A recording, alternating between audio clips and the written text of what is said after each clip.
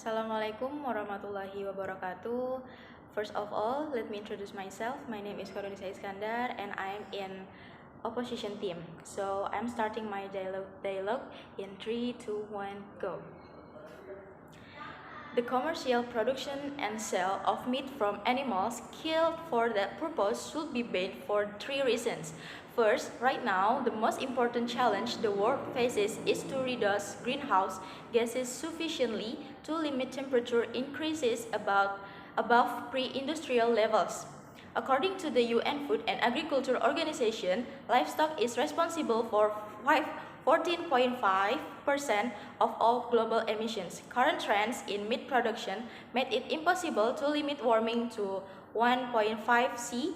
Banning meat production worldwide makes it achievable. Second, banning meat is not the best way to reduce the risk of another pandemic, perhaps caused by a more lethal virus than the one we are now battling. And, of course, we feed antibiotics to farm animals to sustain our system of industrial farming. This causes a rise in antibiotic resistance, making our infections more dangerous and contributing to 700,000 human deaths each year. As for my third reason, it was enough for me that animals reared in factory farms lead miserable lives and that transport and slaughter can also be horrific.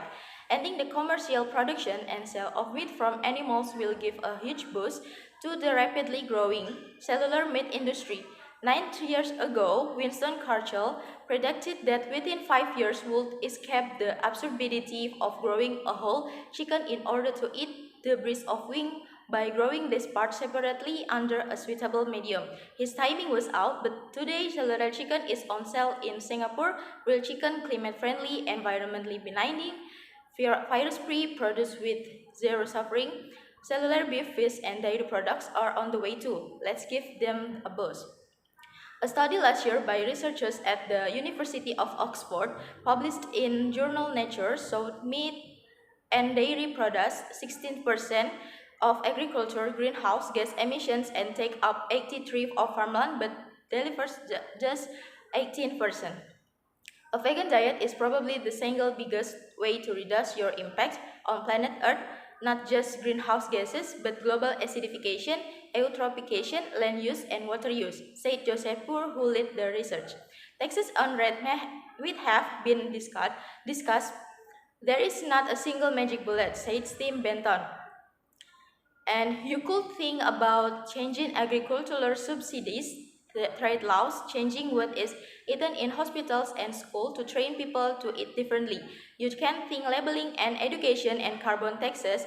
All of those have a role, but none by themselves will solve the issues. Better, he says, to change farming practice to ensure meat has a smaller impact and to wean ourselves of eating so much.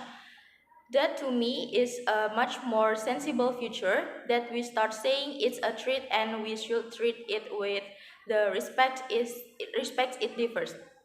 However, this is worth bearing in mind that even low impact meat production produces more greenhouse gas emission than plant substitutes according to Pure study. Don't we need something drastic such a ban to turn us all vegan?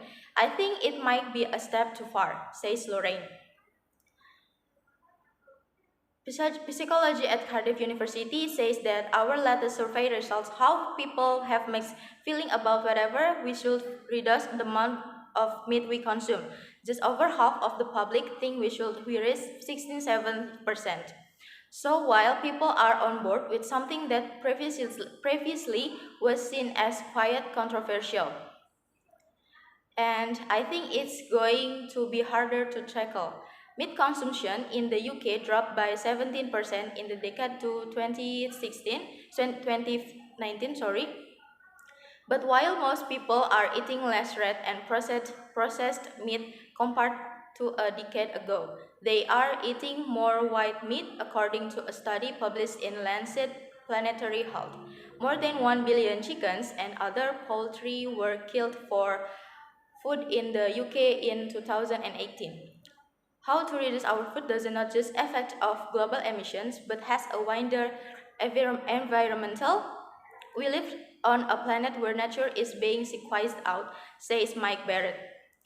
Half of habitable land is used for agriculture, and three-quarters of that land is used to feed and raise livestock.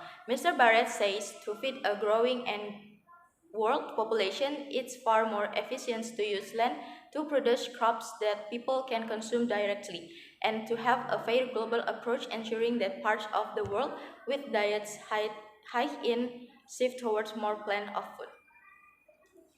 Thank you. This is my opinion. Thank you very much. Good morning, ladies and gentlemen.